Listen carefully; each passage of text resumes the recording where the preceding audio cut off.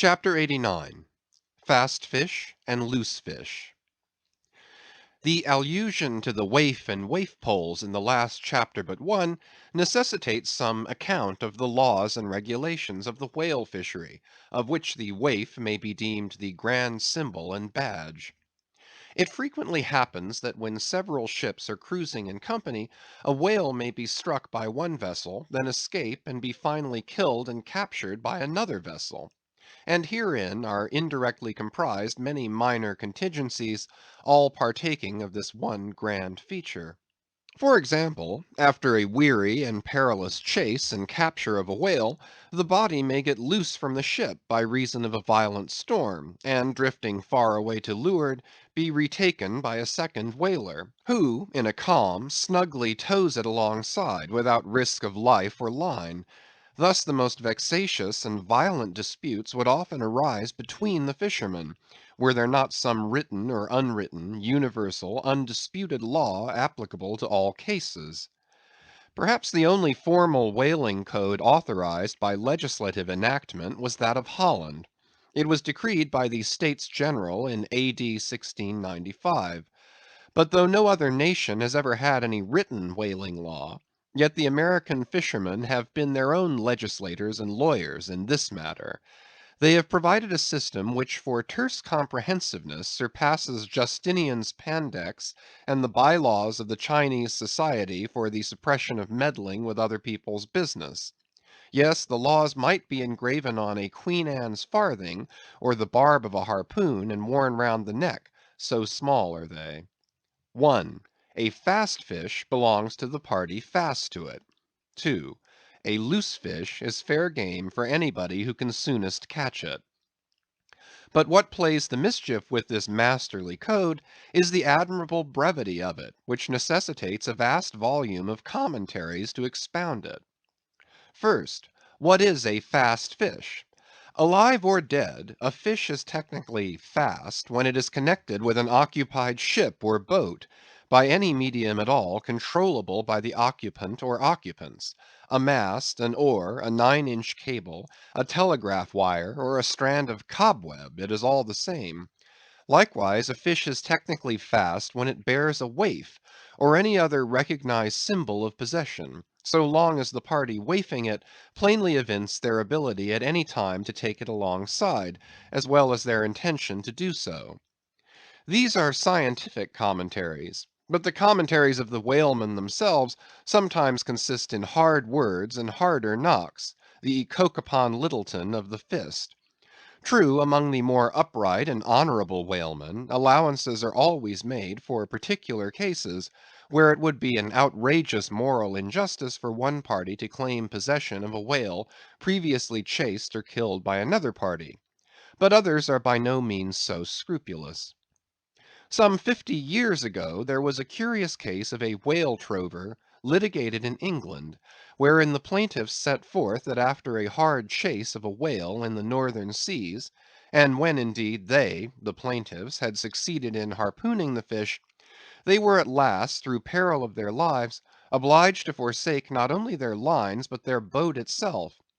Ultimately the defendants, the crew of another ship, came up with the whale, struck, killed, seized, and finally appropriated it before the very eyes of the plaintiffs; and when those defendants were remonstrated with, their captain snapped his fingers in the plaintiffs' teeth, and assured them that by way of doxology to the deed he had done, he would now retain their line, harpoons, and boat, which had remained attached to the whale at the time of the seizure.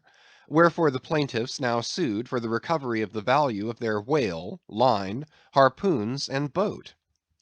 Mr. Erskine was counsel for the defendants, Lord Ellenborough was the judge. In the course of the defence, the witty Erskine went on to illustrate his position by alluding to a recent Crim. Con. case, wherein a gentleman, after in vain trying to bridle his wife's viciousness, had at last abandoned her upon the seas of life; but in the course of years, repenting of that step, he instituted an action to recover possession of her. Erskine was on the other side, and he then supported it by saying that though the gentleman had originally harpooned the lady, and had once had her fast, and only by reason of the great stress of her plunging viciousness had at last abandoned her, yet abandon her he did, so that she became a loose fish; and therefore when a subsequent gentleman re-harpooned her, the lady then became that subsequent gentleman's property, along with whatever harpoon might have been found sticking in her. Now, in the present case, Erskine contended that the examples of the whale and the lady were reciprocally illustrative of each other.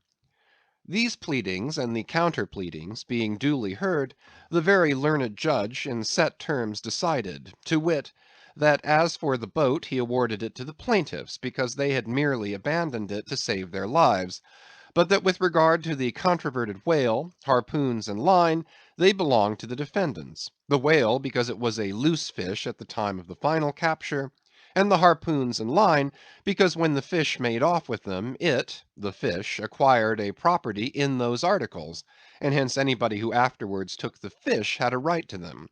Now the defendants afterwards took the fish, ergo the aforesaid articles were theirs.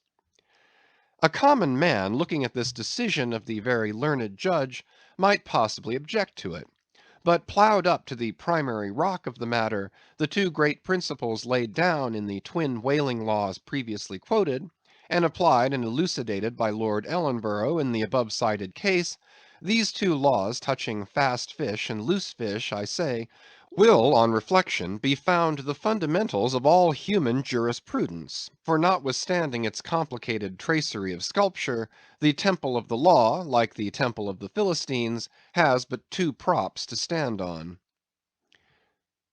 Is it not a saying in every one's mouth, possession is half of the law; that is, regardless of how the thing came into possession? But often possession is the whole of the law. What are the sinews and souls of Russian serfs and republican slaves but fast fish, whereof possession is the whole of the law? What to the rapacious landlord is the widow's last mite but a fast fish? What is yonder undetected villain's marble mansion with a door plate for a waif? What is that but a fast fish? What is the ruinous discount which Mordecai the broker gets from poor Woebegone the bankrupt, on a loan to keep Woebegone's family from starvation? What is that ruinous discount but a fast fish? What is the Archbishop of Savesoul's income of £100,000, seized from the scant bread and cheese of hundreds of thousands of broken backed laborers, all sure of heaven without any of Savesoul's help? What is that globular £100,000 but a fast fish? What are the Duke of Dunder's hereditary towns and hamlets but fast fish? What to that redoubted harpooneer, John Bull, is poor Ireland but a fast fish? What to that apostolic lancer, brother Jonathan, is Texas but a fast fish? And concerning all these, is not possession the whole of the law? But if the doctrine of fast fish be pretty generally applicable, the kindred doctrine of loose fish is still more widely so. That is internationally and universally applicable.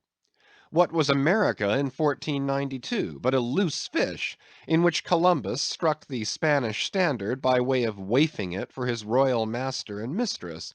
What was Poland to the Czar? What Greece to the Turk? What India to England? What at last will Mexico be to the United States? All loose fish. What are the rights of man and the liberties of the world but loose fish? What all men's minds and opinions but loose fish? What is the principle of religious belief in them but a loose fish? What to the ostentatious, smuggling verbalists are the thoughts of thinkers but loose fish? What is the great globe itself but a loose fish? And what are you, reader, but a loose fish, and a fast fish too? Chapter 90. Heads or Tails. De baleno vero sufficit, si rex habeat caput, et regina caudam. Bracton, L3, C3. Latin from the books of the laws of England, which, taken along with the context, means that of all whales captured by anybody on the coast of that land, the king, as honorary grand harpooneer, must have the head, and the queen be respectfully presented with the tail. A division which in the whale is much like having an apple; there is no intermediate remainder. Now, as this law, under a modified form, is to this day in force in England, and as it offers in various respects a strange anomaly touching the general law of fast and loosed fish, it is here treated of in a separate chapter, on the same courteous principle that prompts the English railways to be at the expense of a separate car specially reserved for the accommodation of royalty. In the first place, in curious proof of the fact that the above mentioned law is still in force, I proceed to lay before you a circumstance that happened within the last 2 years. It seems that some honest mariners of Dover or Sandwich, or some one of the Cinque Ports, had after a hard chase succeeded in killing and beaching a fine whale, which they had originally descried afar off from the shore. Now the Cinque Ports are partially or somehow under the jurisdiction of a sort of policeman or beadle, called a Lord Warden. Holding the office directly from the crown, I believe, all the royal emoluments incident to the Cinque Port territories become by assignment his. By some writers this office is called a sinecure, but not so, because the Lord Warden is busily employed at times in fobbing his perquisites, which are his chiefly by virtue of that same fobbing of them. Now, when these poor sunburnt mariners, barefooted, and with their trousers rolled high up on their eely legs, had wearily hauled their fat fish high and dry, promising themselves a good £150 from the precious oil and bone, and in fantasy sipping rare tea with their wives and good ale with their cronies, upon the strength of their respective shares, up steps a very learned and most Christian and charitable gentleman, with a copy of Blackstone under his arm, and laying it upon the whale's head, he says, "Hands off! This fish, my masters, is a fast fish. I seize it as the Lord Warden's." Upon this the poor mariners, in their respectful consternation, so truly English, not knowing what to say, fall to vigorously scratching their heads all round, meanwhile ruefully glancing from the whale to the stranger; but that did nowise mend the matter, or at all soften the hard heart of the learned gentleman with the copy of Blackstone. At length one of them, after long scratching about for his ideas, made bold to speak. "Please, sir, who is the Lord Warden?" "The Duke." "But the Duke had nothing to do with taking this fish." "It is his." "We have been at great trouble and peril and some expense, and is all that to go to the Duke's benefit, and we get nothing at all for our pains but our blisters?" "It is his." "Is the Duke so very poor as to be forced to this desperate mode of getting a livelihood?" "It is his." "I thought to relieve my old bedridden mother by part of my share of this whale." "It is his." "Won't the Duke be content with a quarter or a half?" "It is his." In a word, the whale was seized and sold, and his Grace the Duke of Wellington received the money. Thinking that viewed in some particular lights, this case might by a bare possibility in some small degree be deemed, under the circumstances, a rather hard one, an honest clergyman of the town respectfully addressed a note to his Grace, begging him to take the case of those unfortunate mariners into full consideration; to which my Lord Duke, in substance, replied (both letters were published) that he had already done so, and received the money, and would be obliged to the reverend gentleman if for the future he, the reverend gentleman, would decline meddling with other people's business. Is this the still militant old man, standing at the corners of the three kingdoms, on all hands coercing alms of beggars? It will readily be seen that in this case the alleged right of the Duke to the whale was a delegated one from the sovereign. We must needs inquire then on what principle the sovereign is originally invested with that right. The law itself has already been set forth. But Plowdon gives us the reason for it. Says Plowdon, the whale so caught belongs to the king and queen, "because of its superior excellence." And by the soundest commentators this has ever been held a cogent argument in such matters. But why should the king have the head and the queen the tail? A reason for that, ye lawyers.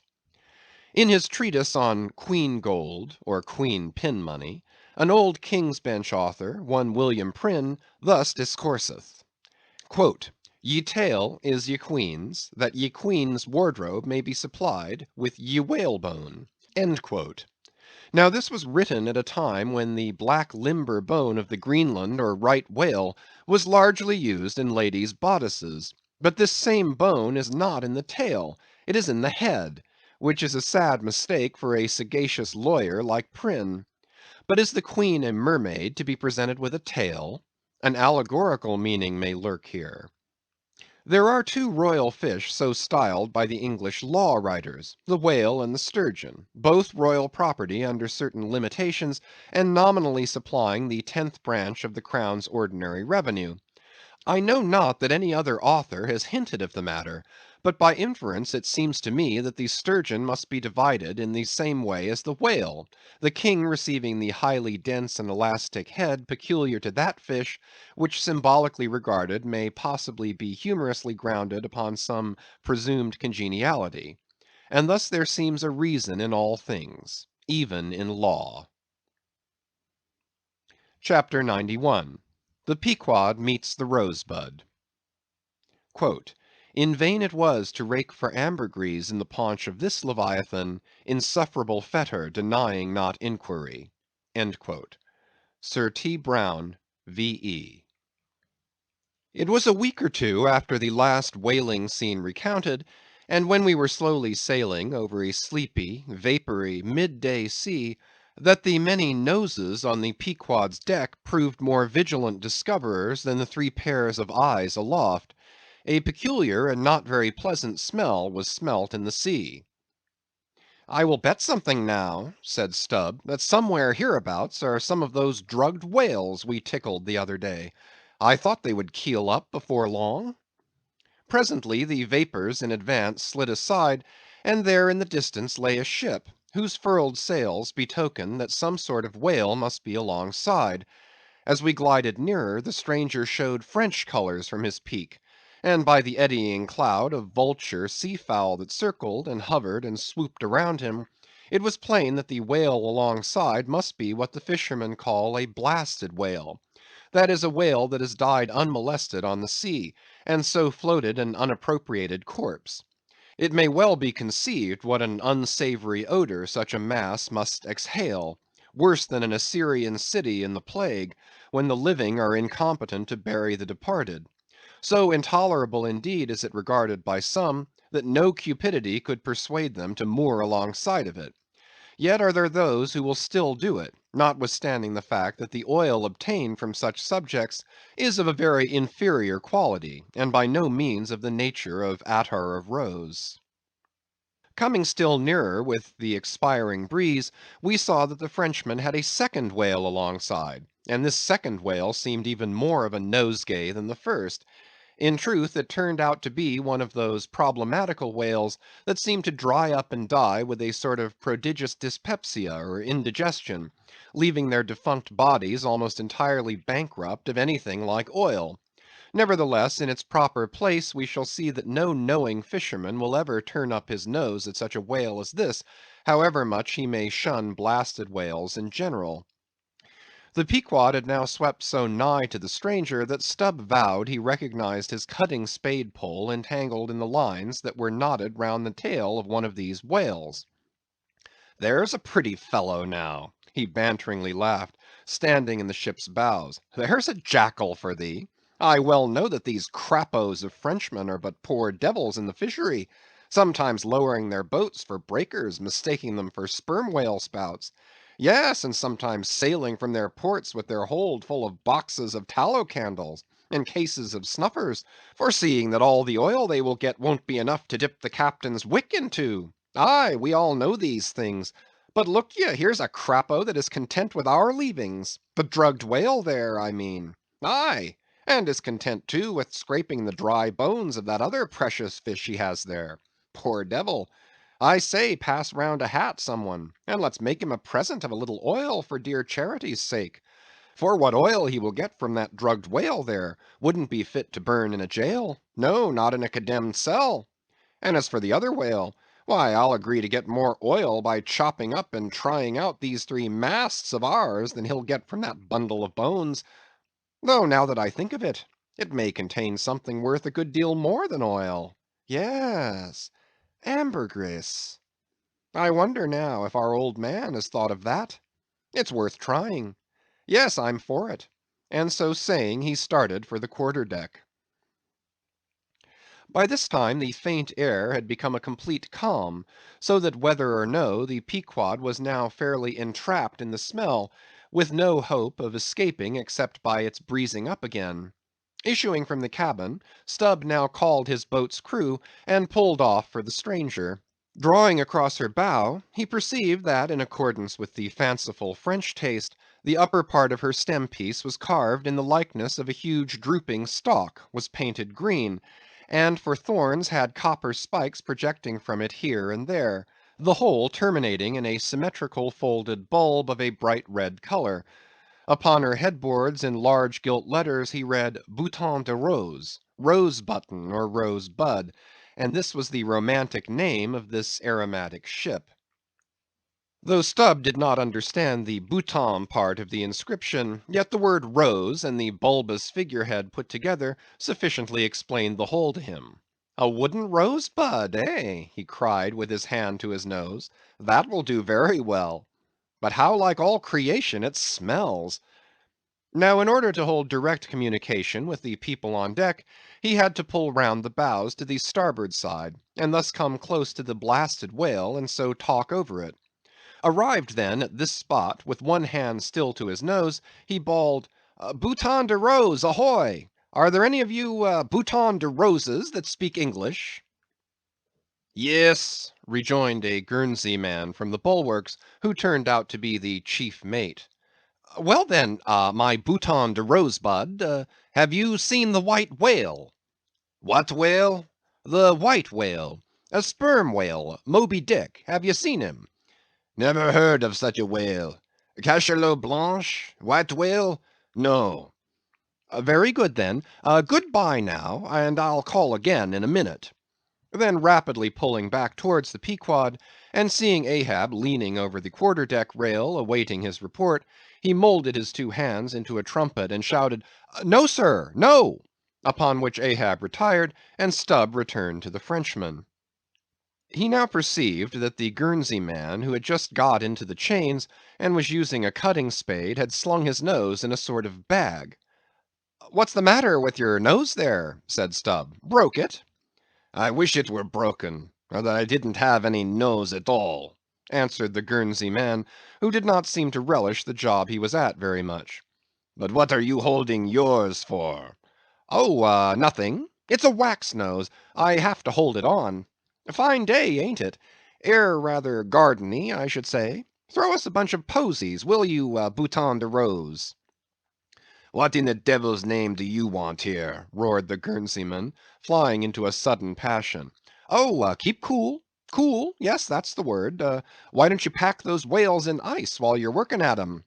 But joking aside, though, do you know, Rosebud, that it's all nonsense trying to get any oil out of such whales? As for that dried up one, there, he hasn't a gill in his whole carcass." "I know that well enough; but d'ye see, the captain here won't believe it. This is his first voyage. He was a cologne manufacturer before. But come aboard, and mayhap he'll believe you if he won't me, and so I'll get out of this dirty scrape." "Anything to oblige ye, my sweet and pleasant fellow," rejoined Stubb, and with that he soon mounted to the deck. There a queer scene presented itself. The sailors, in tasseled caps of red worsted, were getting the heavy tackles in readiness for the whales; but they worked rather slow, and talked very fast, and seemed in anything but a good humor; all their noses upwardly projected from their faces like so many jib booms. Now and then pairs of them would drop their work, and run up to the mast head to get some fresh air. Some, thinking they would catch the plague, dipped oakum in coal tar, and at intervals held it to their nostrils. Others, having broken the stems of their pipes almost short off at the bowl, were vigorously puffing tobacco smoke, so that it constantly filled their olfactories. Stubb was struck by a shower of outcries and anathemas proceeding from the captain's round house abaft, and looking in that direction saw a fiery face thrust from behind the door, which was held ajar from within. This was the tormented surgeon, who, after in vain remonstrating against the proceedings of the day, had betaken himself to the captain's round house, cabinet he called it, to avoid the pest, but still could not help yelling out his entreaties and indignations at times. Marking all this, Stubb argued well for his scheme, and turning to the Guernseyman had a little chat with him, during which the stranger mate expressed his detestation of his captain as a conceited ignoramus, who had brought them all into so unsavory and unprofitable a pickle. Sounding him carefully, Stubb further perceived that the Guernseyman had not the slightest suspicion concerning the ambergris. He therefore held his peace on that head, but otherwise was quite frank and confidential with him, so that the two quickly concocted a little plan for both circumventing and satirizing the captain, without his at all dreaming of distrusting their sincerity. According to this little plan of theirs, the Guernsey man, under cover of an interpreter's office, was to tell the captain what he pleased, but as coming from Stubb; and as for Stubb, he was to utter any nonsense that should come uppermost in him during the interview. By this time their destined victim appeared from his cabin. He was a small and dark, but rather delicate looking man for a sea captain, with large whiskers and moustache, however, and wore a red cotton velvet vest with watch seals at his side. To this gentleman Stubb was now politely introduced by the Guernsey man, who at once ostentatiously put on the aspect of interpreting between them. "What shall I say to him first?" said he. "Why," said Stubb, eyeing the velvet vest and watch and seals, "you may as well begin by telling him that he looks a sort of babyish to me, though I don't pretend to be a judge." "He says, monsieur," said the Guernseyman in French, turning to his captain, "that only yesterday his ship spoke a vessel whose captain and chief mate, with 6 sailors, had all died of a fever caught from a blasted whale they had brought alongside." Upon this the captain started, and eagerly desired to know more. "What now?" said the Guernsey man to Stubb. "Why, since he takes it so easy, tell him that now I have eyed him carefully, I'm quite certain that he's no more fit to command a whale ship than a St. Jago monkey. In fact, tell him from me he's a baboon." "He vows and declares, monsieur, that the other whale, the dried one, is far more deadly than the blasted one. In fine, monsieur, he conjures us, as we value our lives, to cut loose from these fish." Instantly the captain ran forward, and in a loud voice commanded his crew to desist from hoisting the cutting tackles, and at once cast loose the cables and chains confining the whales to the ship. "What now?" said the Guernsey man, when the captain had returned to them. "Why, let me see. Yes, you may as well tell him now in fact, tell him I've diddled him, and," aside to himself, "perhaps somebody else. He says, monsieur, that he's very happy to have been of any service to us."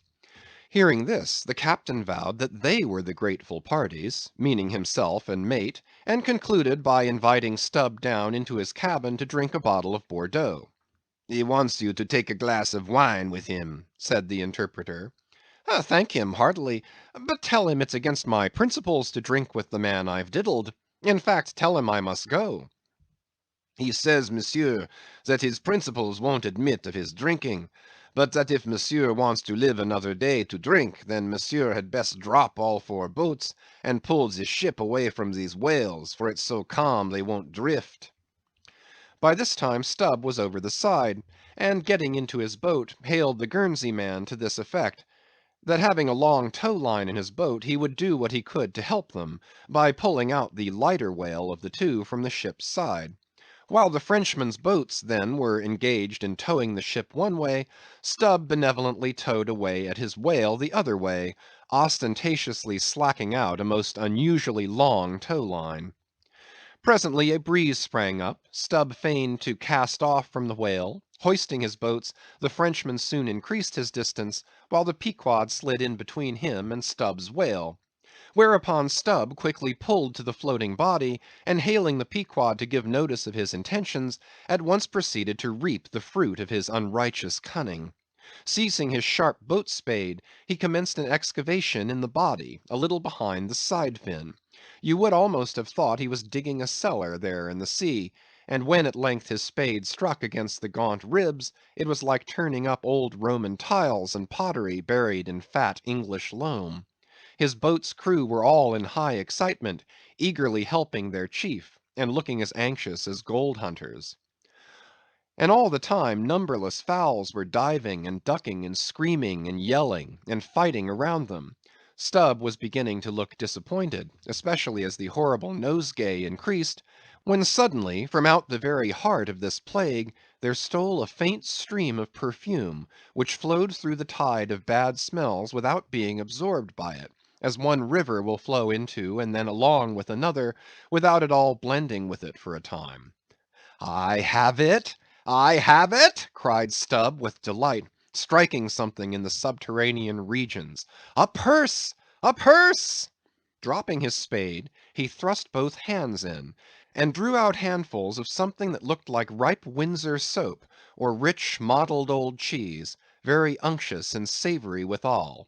You might easily dent it with your thumb. It is of a hue between yellow and ash color.